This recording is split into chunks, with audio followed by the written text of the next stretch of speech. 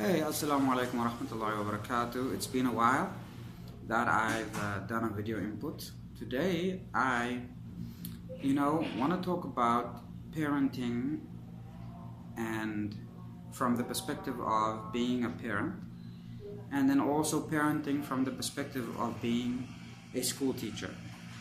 Now, I've been a school teacher for about, you could say in total 15 years, or I've taught for 15 years, and I've basically taught at school for about 10 years. So I've dealt with kids, a lot, all ages, and I have a little bit of experience to be able to talk on this subject. And the reason why I chose to talk about the subject is because I'm rather concerned about the way in which our education system and also our parenting is going. I'm rather concerned about that. And one of my major concerns is that basically we are ruining our youth, and we are creating a disaster because when they grow up, they are basically going to be people who are unable to cooperate with one another and largely unable to take the world forward. And that's because of the reasons which I will cite in this video. Number one is that we sort of have this tendency in our time to overindulge our kids. We spoil them, we give them everything they want, we teach them that the world needs to listen to them and that they need to be heeded at all times. And what that does essentially is you are creating a little monster. You teaching the child that everyone around him or her needs to surrender to him or her. Everyone around him or her needs to give in to his or her whims and pay attention to her or him all the time. And of course, this is not possible in real life, and it's obviously not going to be possible if many children like that grow up to be adults, because you're creating a generation of people where nobody will listen to nobody. Everybody will want to be heard, but nobody would want to listen. And trust me, I know what that is like. I have experienced societies where the vast majority of people that I interact with are exactly like that. They are all people who want to be heard. They are all people who want to be given the right of way, who want to be first in the line, but nobody wants to give anyone their right of way.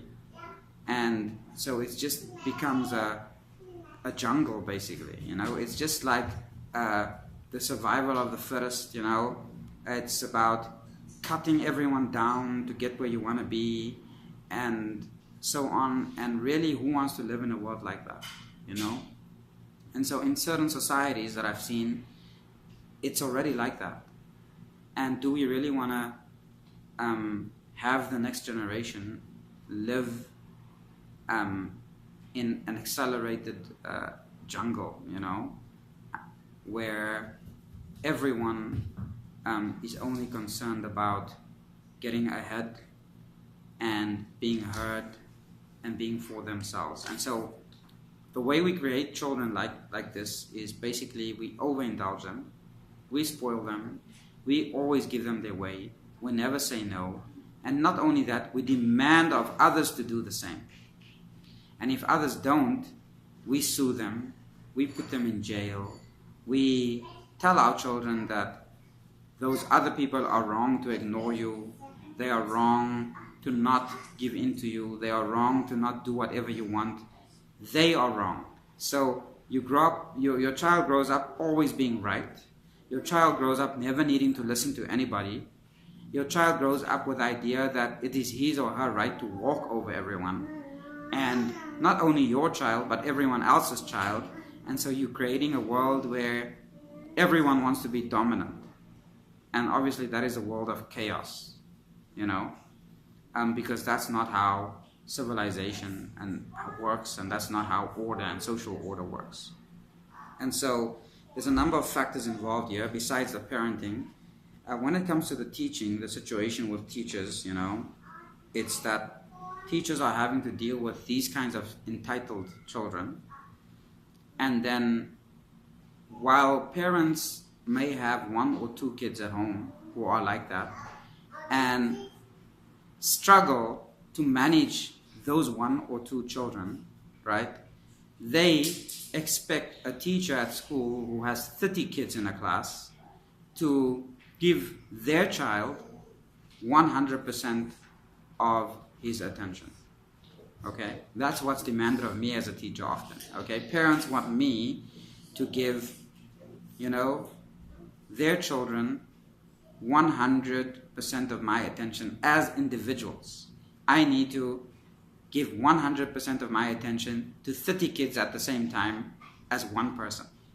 And if I don't do that, the less understanding of the parents, and there are many, would be disgruntled, would tell the child that the teacher is wrong to sometimes ignore you, would tell the child that you have every right to this and that and the other, and ignoring the fact that there are other kids in the class, that every parent wants their child to have 100% of my attention, and I cannot possibly do that with 30 kids in the class because your child is not the only child in the class. And it's very difficult for parents to understand that, especially in societies that promote this unique, barbaric type of individualism, where you need to walk over others to get where you want to be.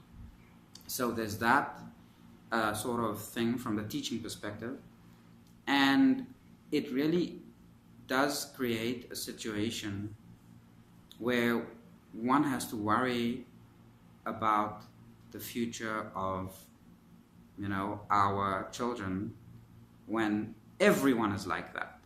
You see, it's okay in a world where, and in the world I grew up in, you had 1 or 2 kids who were antisocial. You had 1 or 2 kids who were demanding and who needed a little bit more attention from the teacher, right? 1 or 2. But these days, what I've seen over the past few years with kids, you have a classroom full of kids like that. You have a classroom full of kids who demand, all your attention. And you have a classroom full of kids who have more power and say than you have. Yet you, as a teacher, would be held responsible if, God forbid, one of these kids tripped on their way to the garbage can to sharpen his pencil. And what I always find ironic is that, while teachers are taken to task and while schools are taken to task if a kid falls in the playground, I, throughout the years, have often encountered kids of mine in class who come to school with a leg cast, who come to school with an arm cast, a broken arm, a broken leg, an eye patch, and so on. And when you ask the kid, what happened, the kid would say, oh, my brother tripped me and I fell. Or, it's all of these events, these things where these kids are breaking their legs and arms and eyes and stuff. It all happened at home under the parent's watch. Yeah, the parent isn't going to be sued for hundreds of dollars or thousands of dollars or hundreds of thousands of dollars for damages, but the school would be. Sometimes I find myself saying, under my breath, I'm like, whew, thank God it didn't happen at school, because we'd be in trouble. But these same things, on the weekend, when the parent just has to watch over 2 kids, can't control the 2 kids, but expect the teacher and the school who have no authority, legal authority, to really over these kids, to really reprimand these kids in any way, must control hundreds of kids at school, right? And they have to constantly think of creative ways of doing it. Yet these same parents can't survive their own kids for a day or 2 on the weekend. The kids come to school with broken legs and arms, and yet we are not able to hold the parents accountable and say, look, what the hell? Can't you look after these kids? These kids are safe at school. We don't allow these things at school, but at home they're breaking their bones. If the shoe was on the other foot, if God forbid something like that happened in the presence of a teacher, the teacher could end up in jail. And that's not even an exaggeration, The teacher could be prosecuted. The teacher could have their salary cut. The teacher could be fired because, God forbid, something happened to a kid, at school when the teacher was supposed to be watching 200 kids. I'm just, saying, and that's not 200 kids is not an exaggeration. Many of us have 200 kids that we teach in a day. So from the teacher's perspective, the job gradually over the years gets harder because kids are not disciplined at home. Kids have high demands, and if they don't get it, they also have the power to bring the school into a lot of trouble. They have the power. Disgruntled kids have often, and we've seen this many times, gone home and even lied about things that allegedly happened at school or happen at school, and then they don't happen. And I'll give you just one example of kids lying, and this is my own kid, One day my kid came home from school with a black eye. Now he's a big boy. I knew that prior to this event, I knew that there were some complaints from other kids that he was being a bully at school. And I confronted him about the issue, and I discovered that it was true. He was confiscating other kids' pencils and pens and things like that in class. Him and a friend of his would go around to all the kids in class and confiscate their things. So I confronted him about it. I told him that this is unacceptable behavior, and I threatened to punish him if it ever happened again. So, sometime later, my kid comes home with a black eye, a black eye. And being the person that I am, I'm not a person that gets outraged easily, and I'm also not a person that jumps to conclusions or immediately tries to prosecute others. That's not my personality. So I sat him down. I didn't act surprised, and I very calmly said to him, I see that you have this black eye. What happened? He said, no, another kid boxed him in the eye. Boxed is the word he used, punched him in the eye. And I said, oh, okay. Why did this kid hit you, He said, well, I took his things. I said, okay, so you were trying to bully the kid? He's like, yes, I took his things, and then he punched me. I said, right, so what did you expect was going to happen? You were just going to always get away? He said, well, look, no one's ever hit him before. So I said, well, now someone has. Hopefully that means he will stop bullying other kids. And I left it at that. I didn't go to the school. I didn't complain. I didn't go to the other parent. I didn't start a whole issue because my kid had a black eye. It was, for me, as far as I'm concerned, he's a boy, and boys sometimes fight, and as long as it's not a serious injury of any sort, I'm not gonna, and especially if it was my kid's fault in the first place, I'm not gonna make a big hoo-ha about it. As far as I'm concerned, he got what he deserved. The kid had every right to hit him because he was stealing. He was taking the kid's things and basically confiscating it. You know, I mean, what is that? Thuggery. I can't allow that. I wouldn't myself allow my kid to do that. And that now some other kid stopped him from doing it, I was glad. Anyway, I left it. But here's the interesting part. My kid, knowing me to be a parent that can be strict, he got questioned at school about the black eye by one of the teachers. And he said that my dad hit me and that's why I have a black eye. And I got called into the school, and the school was ready to bring in a social worker to confront the issue, because how dare someone, the parent, hit the child and give the child a black eye. And I went to the school and I had a good laugh with the principal, because I said to him, you know what, this is an interesting story, because I should be the one confronting you guys, because my kid came home with a black eye from school.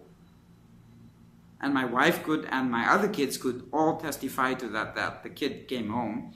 They all knew the story. And I left it at that. It wasn't an issue. We didn't take the matter further. But the point is, that is my own kid lying about me to teachers at school. Okay? Just because he might have at that time be disgruntled about having his playtime taken away from him, or having to do time out in the corner, or whatever the case might have been, but he decided to do that. My own child. What still, when it comes to teachers that the kid may not be fond of, or a teacher that constantly gives a kid detentions or punishes the kid for misbehavior, you know, what all could that child not say about that teacher? And so what I find ridiculous, and what I be honest as a teacher, you know, the many times I've been called in, you know, to the office, or, you know, by someone in management about some kid who said something, you know, and frankly I've even received formal warning letters, you know, about kids who said something, and then I just receive a warning letter. No one ever talking to me about it, no one trying to confirm the story with me, no one really asking me what happened, you know, my side of the story, you know, and so on. And a lot of times these things amount to really things that are negligible. Something like, oh, the teacher said that I'll fail. Sometimes a kid would go and say, oh, the mom would complain that the teacher said to my son that he'll fail. Okay, and then I would have to formally follow up after I get a warning and make a written submission to say that, you know, what I told the kid was that if you don't study, you'll fail. You know, and then it would be like, yes, but you have to encourage the kid, you know, and not use the negative words and aspects. And look, I'm just trying to teach kids how to be responsible. That's it. You know, it's just a fact of life. You know, if 11-year-old kids, you know, can't be told that if you don't study, you'll fail, you know, we have a problem. And that's basically what I'm on about. You know, we have a problem. And I have lots of incidents, you know, of this nature, and I can go on and on. We could sit here all day and talk about it. But the point is, parents, right, realize that teachers have a very tough job. That your kids, who may appear to be little angels at home, are nowhere near little angels when they get to school with all their buddies around them. Okay, they want to play with their friends, and they want to do it in class if they can get away with it. Okay, And uh, teachers have a very, very difficult time. And it's going to be very difficult when you have 120, 150, some teachers have 200 kids, that they teach. If they are going to be pulled over the coals every time a kid complains, okay? You have 200 kids, and if 10 kids complain every week, the teacher is going to appear in the office 10 times every week, for some kid who said, the teacher said I'm going to fail. The teacher said that what's another typical one? The teacher said that I don't have manners, or something like this. Oh, it's the world's greatest offense. The parent comes in a rage, wants to get the teacher fired, wants to, involve the Ministry of Education. How dare the teacher say, the amount of abuse that teachers take, the kinds of things that students do to teachers. 11-year-old kids calling teachers stupid, calling teachers dogs, refusing, totally disrespecting the teacher, and the teacher is not allowed to. In some cases, you get a student who creates a whole big problem because the teacher shouted at him. You know how kids shout at teachers? You know how kids can make a class unruly to the extent that no learning can take place in that class? So and then teachers shout. Yes, teachers sometimes shout because they sometimes have no choice. Even myself as a teacher, I hate shouting because it just makes me tired needlessly. I try to do every other type of discipline measure, deducting points, creating a point system, gamification, making lessons exciting, telling them, look, if you don't do the work, we're not going to be able to play the game at the end, and all kinds of things we use. But sometimes in the end, you have to shout. Sometimes, the kids are not in a state of mind or frame of mind to allow the class to proceed. So there are many things. Teachers have a very difficult job. It's crazy out there. Private education is a business. And unfortunately, in most of these institutions that I've worked in and seen, the ones I've worked in and the ones I've seen, the teacher is basically lower than the sweeper, or the one who cleans, the cleaner. And not to say that cleaners are low. In my understanding, cleaners play a very important role in any place, but according to common public imagination, especially in the Middle East, the way they think of people in terms of ranks. I feel that in many of these schools, teachers are basically the lowest of the low. They are on the lowest rank of everything. You have the teacher at the bottom and 5 managers over the teacher trying to tell the teacher what to do, and looking to hang the teacher with any little mistake that the teacher makes every single day. And that's kind of what the teacher has to go through, and teacher having to follow up with every last complaint and grievance of every last child, every single week, and so on and so forth. So parents, raise your kids properly, discipline your kids at home, teach them to respect adults, teachers, and even other kids, and realize that just as your kid has a right to education, and your kid has a right to be, part of a learning environment that is conducive to learning, so too your kid has to contribute to that learning environment to make it conducive for others to learn also.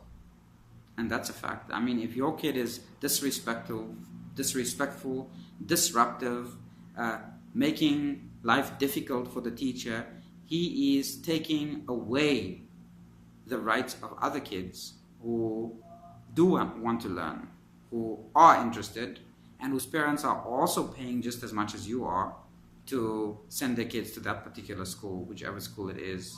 And so you make sure that you focus on the responsibilities your kid has towards his or her own education. And that's kind of my appeal to parents. As a parent of a whole bunch of kids, I have many kids of my own, and then I have even more kids, you know, who are my students. So I always say I'm a man with 120 kids, and because I see my school kids as being my own, you know, I treat them as I would my own kids to a certain extent, you know, without the strict disciplinary side of me, because my kids I discipline strictly, but I can't obviously do that with other people's kids, because you know you got to be more careful with other people's kids. But aside from that, I treat them as my own. So thank you very much, and I hope you enjoyed. Please comment at the bottom, you know, to participate in the discussion, especially teachers. I would like to hear from you, and parents also. Thank you.